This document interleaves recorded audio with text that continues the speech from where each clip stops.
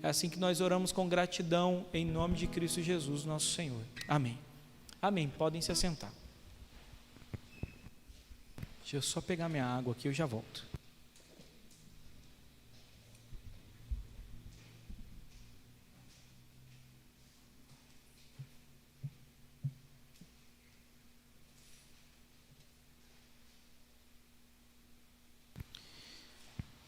Bom dia novamente, para você que eu não dei bom dia, que bênção, que alegria a gente poder estar aqui, nós ouvirmos a palavra de Deus, a gente poder adorar a Deus juntos, mesmo com esse distanciamento, é um privilégio,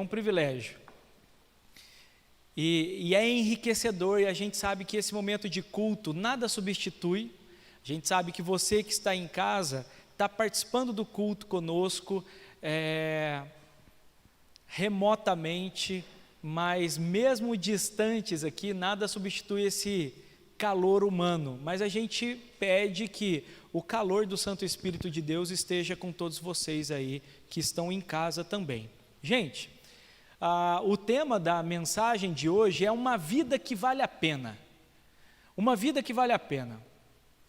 E por que eu dei esse título? Porque quando eu li e reli o livro de Eclesiastes, e aí eu até falo para você, abrir a sua Bíblia em Eclesiastes, que a gente vai dar uma viajada aí no livro todo, daria para eu fazer inúmeras mensagens no livro de Eclesiastes, mas eu decidi fazer uma só, tentando, debaixo da graça de Deus, fazer um resumo. Enquanto você está abrindo em Eclesiastes capítulo 1, eu vou te dizer uma coisa, por que eu dei esse tema? Uma vida que vale a pena. Porque quando eu li Eclesiastes, eu percebi que era isso que o sábio, a maioria das pessoas atribui o escrito ao mestre que é filho de Davi, rei em Jerusalém, que foi Salomão. E aí, a impressão que eu tenho, na verdade, não é mera impressão. Quando a gente lê, a gente vê alguém que quer descobrir o sentido da vida, alguém que quer olhar para as coisas, para as experiências, olhar para trás, olhar para o momento, olhar para frente, para as perspectivas de vida e responder a seguinte pergunta: qual é a vida que realmente vale a pena ser vivida? Eu vi que alguns de vocês postaram alguns versículos, até a Zeni postou alguns versículos, e eu achei o máximo a carinha que ela colocou assim, o emoji que ela colocou. Por quê? Porque alguns versículos você lê e fala assim, mas como assim? Espera aí, então quer dizer que o sábio falou em Eclesiastes que a gente deve ser sábio e buscar a sabedoria, mas que ele achou inútil, porque no final das contas, o ímpio e o sábio têm o mesmo fim, aí vale a carinha. Você coloca a carinha, ué, como assim? Gente, o livro de Eclesiastes, ele, escrito certamente por Salomão, é um livro fantástico, e é um livro que o meu amigo, colega de ministério, pastor Ricardo Agreste, tem o costume de, em todos os aniversários dele, ele pega uma xícara de café pela manhã e lê Eclesiastes e só levanta quando ele termina de ler Eclesiastes. É um livro maravilhoso por inúmeros motivos. O principal, talvez, é que é alguém experimentado, um senhor já, que já passou por muita coisa, e prestem atenção, sabe experiências de vida que você quer ter? De viajar para vários lugares? Sabe experiência de vida que você quer ter? De ter muito dinheiro? Sabe a experiência de vida que você quer ter? De participar de um banquete muito bom? Sabe uma expectativa, um desejo de vida, e agora é para os homens, pecaminoso que nós homens temos, de ter um harém com as mulheres mais lindas do mundo? Ele teve. Ele experimentou de todas as coisas que você possa imaginar. Ele até falou assim, o vinho sempre foi tido como algo que traz alegria ao coração. Então, eu vou fazer o seguinte, eu vou encher a cara, mas eu vou tentar ficar assim, numa segurança. Vou colocar algumas pessoas próximas que talvez possam me socorrer, mas eu vou encher a cara, para eu ver se essa é a vida que vale a pena. Já passei por várias coisas, tenho passado por algumas coisas atualmente, mas eu quero experimentar um tanto de coisa para eu chegar à definição, à conclusão, qual é a vida que vale a pena. É interessante porque Eclesiastes capítulo 1, e aí deixa sua Bíblia aberta, versículo 13, ele conta para a gente assim: dediquei-me a investigar e a usar a sabedoria para explorar tudo o que é feito debaixo do céu. Era um homem sábio e ele usou a sabedoria para investigar tudo que é feito debaixo do céu. E ele fala: que fardo pesado Deus pôs sobre os homens. Tenho visto tudo o que é feito debaixo do sol. Tudo é inútil, é correr atrás do vento. Outras versões falam, tudo é vaidade. Esse termo no hebraico, rebelo, é o mesmo termo que muitas vezes é usado para o nome de Abel, aquele irmão de Caim que foi morto. E é interessante porque o termo rebel, para alguns estudiosos, e eu acho que faz muito sentido, eles acham que a melhor tradução não é vaidade e nem é inútil. A melhor tradução seria a seguinte: transitoriedade e transitoriedade. Tudo é passageiro. Ou nuvens são como nuvens, são como algo que se inicia, mas logo passa. Então, eu acho que faz muito sentido o termo original, a tradução deveria ser que tudo é transitório, tudo é passageiro, é como o vento, é como a nuvem, é como o vapor, é como a neblina, é como o orvalho da manhã. Esse é o refrão que o sábio sempre repete. Capítulo 2, versículo 11, ele fala assim: contudo, 2:11, quando avaliei tudo que as minhas mãos haviam feito e o trabalho que tanto me esforçara para realizar, percebi que tudo foi inútil, ou tudo foi transitório, tudo passou. Foi correr atrás do vento. Não há nenhum proveito no que se faz debaixo do sol.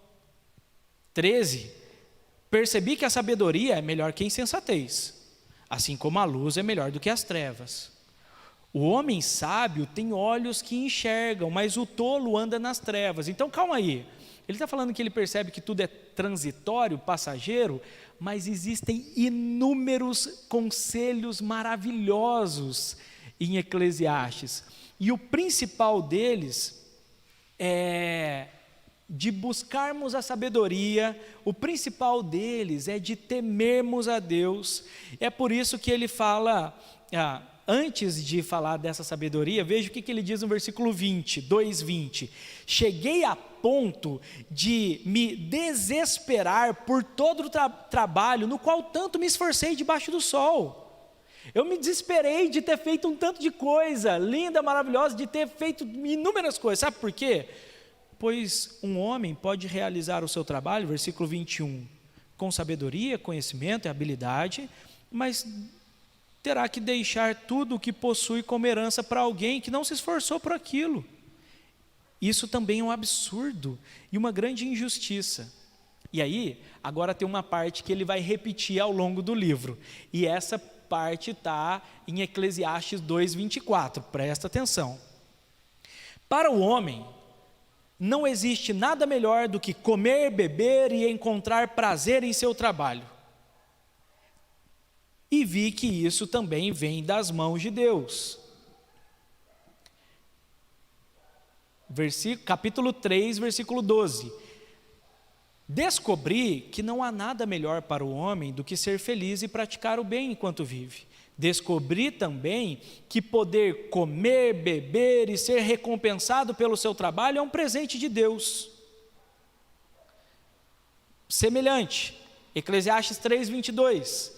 Por isso concluí que não há nada melhor para o homem do que desfrutar do seu trabalho, porque essa é a sua recompensa.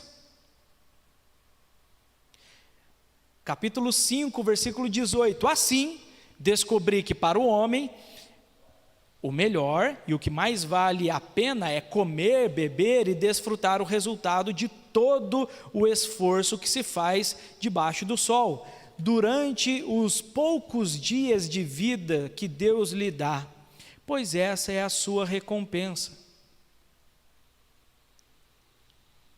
Esse refrão, ele se repete algumas vezes no livro de Eclesiastes. E aí, se você ler e parar por aqui, você fala assim, é verdade, o que é bom? Nós trabalha, nós bebe, nós come, nós dorme. Acabou, é isso que a vida é, ele está falando aqui. Mas eu quero contar uma história para vocês, e eu esqueci de trazer um parágrafo de um comentário bíblico, mas eu sei contar para vocês, independente da leitura. Mas a história é o seguinte. Eu ouvi recentemente essa história, é verdadeira, viu? É verdadeira. Nome fictício é sempre Maria, Joana, né? Então, dessa vez o nome fictício é Maria. Desculpem-me, Marias, mas o nome fictício, o nome que eu inventei é Maria. A Maria contou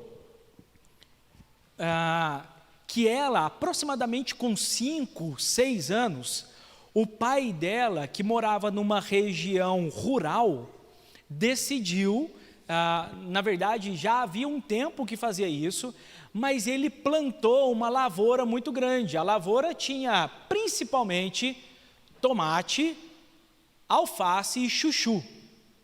E aí o que acontece? Em região rural, lá nas Minas Gerais, né? 4 horas da manhã, o pai ia e falava assim, Maria, levanta que está na hora. Aí a Maria levantava, nem tomava café direito, como diz nós mineiros, com as remelas nos olhos ainda.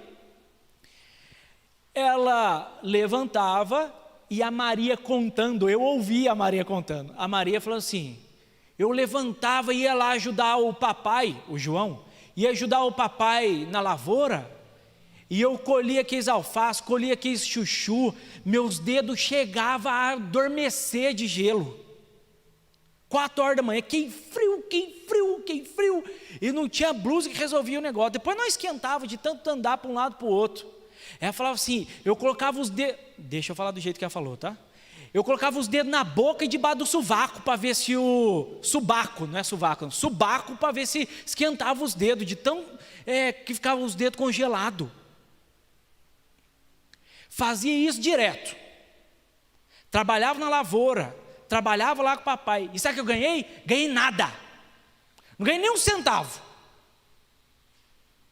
Mas depois, quando o papai melhorou, e o papai tinha mais coisa, aí o papai foi e deu as coisas para os meninos ele dava as coisas, pagava os meninos. Eu nunca ganhei nada. O que eu ganhei na vida? Não ganhei nada, estou aí desse jeito. E a Maria brava com esse negócio. Até depois que nasceu mais irmã, eu não sei o que aconteceu, mas as irmãs ganhavam, eu não ganhava. Então, o negócio é o seguinte, eu não vou preocupar com ninguém não quero saber não, nunca ninguém fez nada para mim, tudo eu que fiz. Nas palavras da Maria,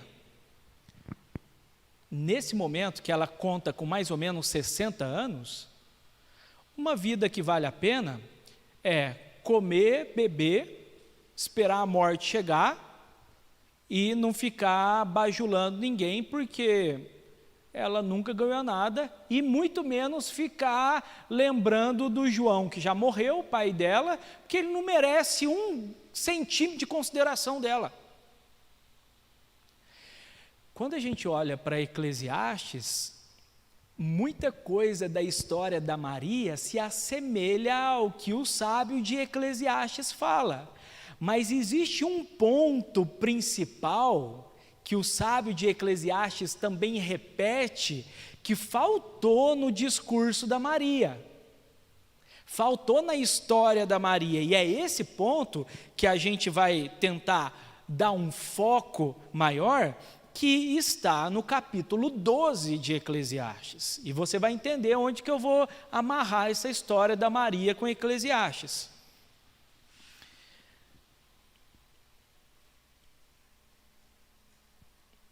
Eclesiastes, capítulo 12, a partir do versículo 9, diz assim: além de ser sábio, Eclesiastes 12, 9, além de ser sábio, o mestre também ensinou conhecimento ao povo.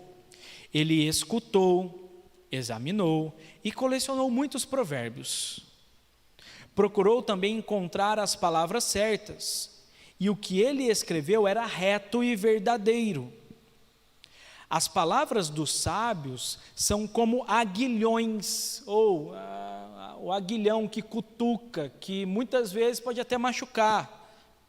A coleção dos seus ditos como pregos bem fixados, provenientes do único pastor, uma alusão a Deus. Cuidado, meu filho, nada acrescente a eles. Não há limite para a produção de livros, e estudar demais deixa exausto o corpo. Agora que já se ouviu tudo, aqui está a conclusão. Tema a Deus e obedeça aos seus mandamentos, porque isso é o essencial para o homem.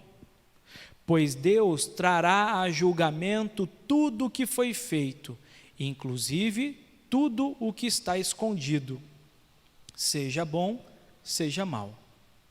Gente, o Salomão, na aventura dele de procurar uma vida que valesse a pena viver, uma vida que vale a pena, ele avaliou muitas coisas horizontalmente. Vamos ver uma boa relação homem e mulher, como que deve ser? Vamos ver uma boa relação familiar, como deve ser. Vamos ver uma boa relação com dinheiro e com trabalho. Interessante, voltando na história da Maria, o Salomão fala aqui em Eclesiastes, se você leu ou está lendo, compensa que você continue a ler. O Salomão fala assim que uma das coisas que ele achou horrível, sabe o que foi? Uma pessoa que enriquece, mas que não desfruta da riqueza. Aí ele fala assim, coisa boa mesmo é quando Deus dá a oportunidade de uma pessoa enriquecer e dá a oportunidade também dela usufruir daquilo que ela tem, dos recursos que ela tem. E ele conclui dizendo, porque eu vi muita gente que conseguiu enriquecer, mas que não conseguiu experimentar e usufruir das riquezas. Ele chega até a falar assim, e a gente leu uma parte, o que adianta a pessoa trabalhar tanto e a pessoa conseguir tanto dinheiro, se primeiro ela não sabe quem vai ficar com o dinheiro dela, segundo, ela trabalhar tanto, ela sabe quem vai ficar com o dinheiro, mas ela sabe que aquele que vai ficar, aqueles que vão herdar, não tem sabedoria e logo vão acabar. Então, o que adiantou ela trabalhar tanto? Então, existem muitos conselhos fenomenais. Só que é o seguinte, gente, Deus é fantástico, Deus é maravilhoso e todo sábio. Sabe por quê? Porque se você fizer de Eclesiastes o livro da sua vida, e você lê Eclesiastes fechado, e esquecer do todo da Escritura, você vai chegar à conclusão que, talvez, que nada vale a pena, porque tudo é transitório, tudo passa. E aí, sabe quais conclusões que você vai chegar? Se você lê Eclesiastes, só lê Eclesiastes, e parar em Eclesiastes, você vai chegar à conclusão assim, eu tenho que temer a Deus, porque o Salomão falou que o ímpio que não teme a Deus, as coisas acontecem ruins para ele. Mas peraí, eu acabei de ler aqui que ele falou que o ímpio que não teme a Deus, muitas vezes ele vive até mais. Poxa, isso não faz sentido. Será que vale a pena temer a Deus e obedecer os mandamentos do Senhor? Eu acho que não. A parte que eu gostei é a parte de, tá bom, trabalhar não gostei muito, mas trabalhar para poder comer e beber, joia, eu acho que eu vou dedicar a minha vida inteira a isso. Ele fala que é bom ter sabedoria para saber lidar com as coisas. Mas ele fala também que a sabedoria causa angústia, porque a gente conhece as coisas e a gente vê pessoas vivendo sem sabedoria, muitas vezes nós mesmos, e a gente fica angustiado por saber que esse não é o melhor tipo de vida. Gente, se nós ficarmos em Eclesiastes e em Eclesiastes apenas, pode ser que a gente chegue à conclusão que uma vida que vale a pena é uma vida que considera tudo como descartável e passageiro, e a gente não ama e não cria vínculos. E a gente, por exemplo, não compensa estar aqui. Mas é interessante que na conclusão, ele fala assim, que a conclusão dele é: tema a Deus e obedeça aos seus mandamentos, porque isso é o essencial para o homem. Pois Deus trará a julgamento tudo que foi feito, inclusive o que está escondido, seja bom e seja mal. Nesse momento aqui, a gente vai dar um salto para o Novo Testamento, daqui a alguns minutos. Nesse momento aqui, a conclusão é maravilhosa. Então, se a gente lê Eclesiastes sem essa conclusão, a gente vai se dar muito mal. Porque ele diz assim, que quando nós tememos a Deus, quando a nossa vida é rendida a Ele, quando a gente quer buscar a vontade dEle e o conselho dEle, isso é essencial para uma vida que vale a pena, isso traz saúde e vigor para os ossos e para a alma. E aí ele relembra a gente: olha, eu falei um tanto de coisa, você quer viver do seu jeito, sem temor a Deus? Lembre-se de algo e acredite, porque vai acontecer. Deus é juiz, e um dia Ele vai julgar todas as obras, quer sejam boas, quer sejam más. Ele apela para a nossa consciência e para a verdade da palavra, dizendo assim: um dia Deus virá como juiz. Haverá um julgamento um dia. E aí, você acha que vale a pena viver de qualquer jeito, de acordo com a sua sabedoria, ou você acha que vale a pena temer ao Senhor, obedecer os mandamentos dEle e procurar viver à maneira dEle? Mas mesmo assim, eu termino o Eclesiastes com um certo peso.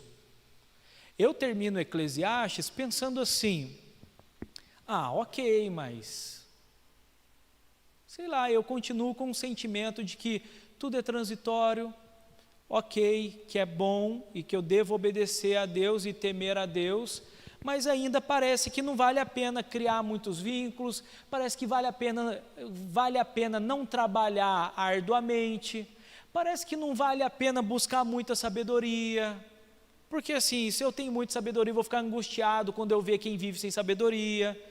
Eu tenho esse sentimento, terminando Eclesiastes. Não sei você, mas eu quero convidar vocês para abrirem comigo em 1 Pedro capítulo 2, versículo 4. 1 Pedro 2, 4.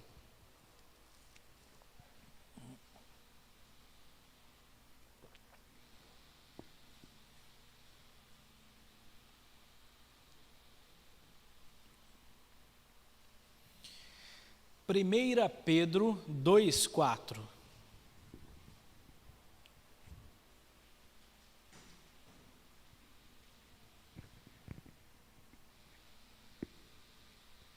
A gente vai ler até o versículo 10. Diz assim: à medida que se aproximam dele quem? A pedra viva, rejeitada pelos homens, mas escolhida por Deus e preciosa para Ele, vocês também estão sendo utilizados como pedras vivas na edificação de uma casa espiritual, para serem sacerdócio santo, oferecendo sacrifícios espirituais aceitáveis a Deus, por meio de Jesus Cristo, pois assim é dito na Escritura: eis que ponho em Sião uma pedra angular, escolhida e preciosa, e aquele que nela confia jamais será envergonhado. Portanto, para vocês, os que creem, esta pedra é preciosa. Mas para os que não creem, a pedra que os construtores rejeitaram tornou-se a pedra angular, ou pedra de esquina, ou pedra principal, e pedra de tropeço e rocha que faz cair. Os que não creem tropeçam, porque desobedecem à mensagem, para o que também foram destinados. Vocês, porém, são geração eleita, sacerdócio real, nação santa, povo exclusivo de Deus, para anunciar as grandezas daquele que os chamou das trevas para a sua maravilhosa luz. Antes vocês nem sequer eram um povo, mas agora são um povo de Deus. Não haviam recebido misericórdia, mas agora a receberam. Irmãos e irmãs, sabe por que a Maria, e sabe por que Salomão em Eclesiastes enaltecem, colocam num lugar de destaque a realidade de que a vida é transitória e que muita coisa não vale a pena ser vivida? Porque faltou a peça principal para que a vida valha a pena. Irmãos e irmãs, prestem atenção nisso. A nossa vida sem a pedra angular, a pedra principal, Jesus Cristo, não vai valer a pena. Vai ser um lixo eu estar em casa e fazer trabalhos de casa. Vai ser horrível eu ouvir muitas histórias, muitas reclamações, muitas coisas na minha cabeça. Vai ser horrível trabalhar, vai ser horrível estudar, vai ser um lixo meu pai me acordar, eu com 6 anos de idade, para deixar o meu dedo petrificado de gelo. Vai ser tudo um lixo. Sabe por quê? Porque quem dá sentido à história é Jesus Cristo, e eu vou te explicar.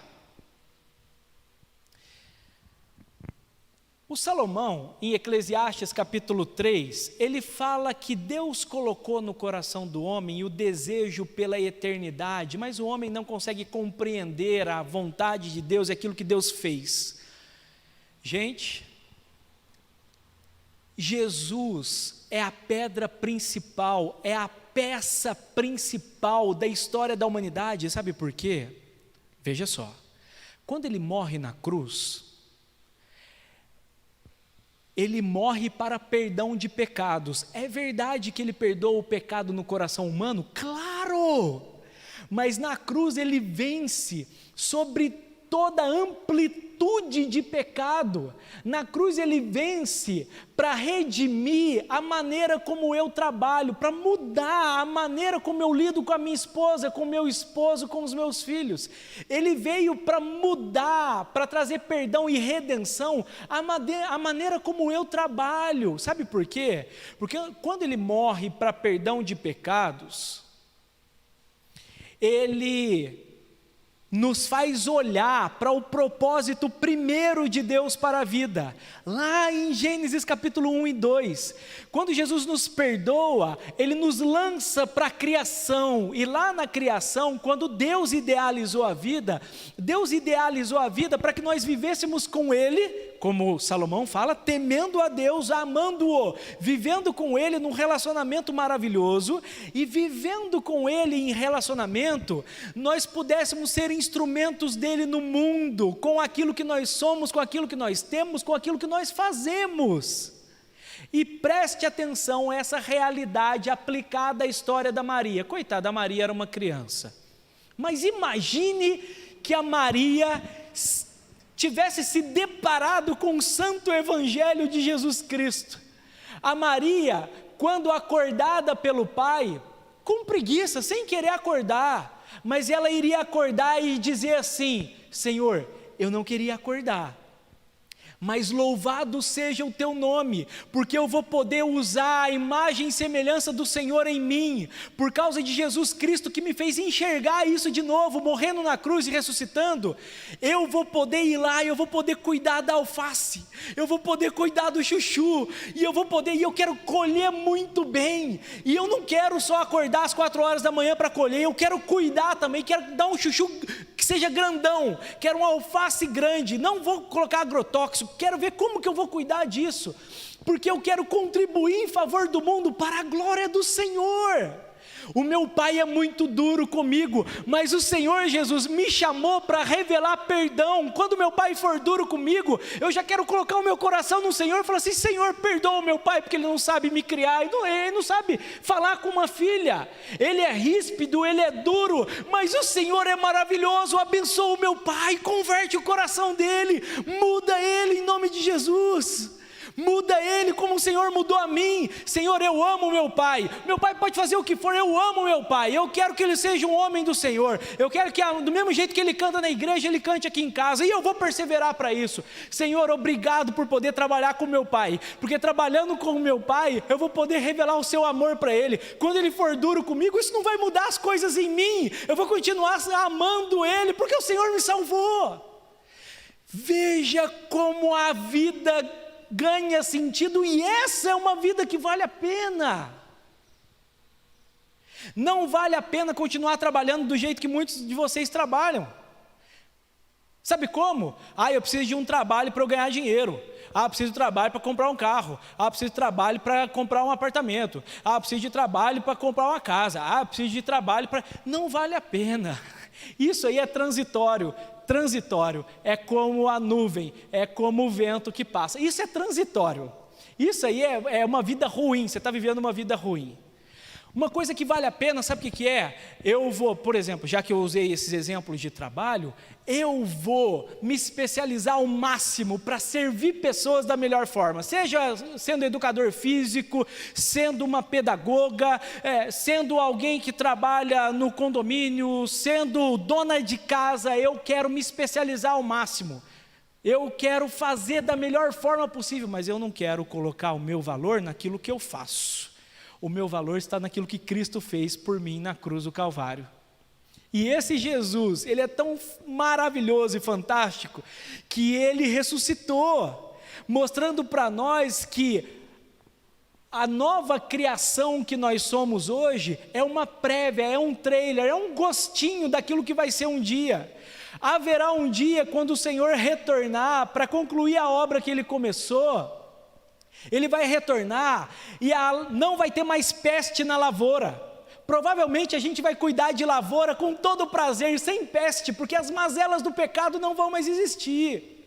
E aí a gente vai colher com prazer, e aí a gente vai compartilhar da colheita com prazer, porque ele vai restaurar todas as coisas. Essa é uma vida que vale a pena. Uma vida que vale a pena é aquela na qual Jesus é a pedra principal, é aquela na qual a nossa vida gira em torno dele, do sacrifício e da ressurreição.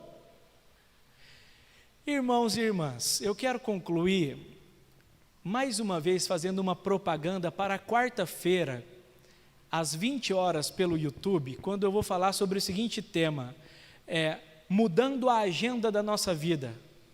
Sabe por quê? Porque a agenda da nossa vida, muitas vezes, na maioria das vezes, ela é baseada no nosso trabalho e nas nossas realizações e nos nossos desejos. Mas a proposta que eu quero apresentar, já apresentei parte dela aqui, mas que eu quero apresentar na quarta-feira, é que a agenda da nossa vida seja mudada pelos atos poderosos de Deus na história, que a nossa agenda seja dirigida e norteada por aquilo que Deus é, por aquilo que Deus faz, por aquilo que Deus vai fazer. Uma agenda assim, que considera o tempo a partir da Escritura Sagrada, é uma agenda que traz descanso para a alma e ao mesmo tempo nos ajuda a trabalhar da melhor forma possível. Pedro, voltando naquilo que Pedro disse em Jesus como a pedra principal, ele fala que uma vez que nós nos juntamos, ou somos juntados à pedra angular, que é Cristo, nós também somos edificados, cada um como uma pedra, para que juntos nós formemos um santuário no qual Deus é adorado. Irmãos e irmãs, a igreja é muito importante. Sabe por quê? Porque a igreja, os discípulos e discípulas de Jesus, nós somos chamados a mostrar para o mundo que existe uma vida que vale a pena. E essa vida que vale a pena é uma vida que é centrada na pessoa de Jesus, porque Jesus restaura o propósito original da nossa vida. E o propósito original da nossa vida é que nele, com ele, por ele e para ele, a gente viva no mundo como pessoas que vivem juntas, que caminham juntas, ligadas pelo vínculo da fé e do amor a Cristo, e a gente possa mostrar para o mundo que juntos, edificados sobre, acima de Cristo, que existe esperança de uma vida que vale a pena. Amém? Ailton e Zeni, a gente vai cantar agora por último, e eu vou pedir para vocês para repetir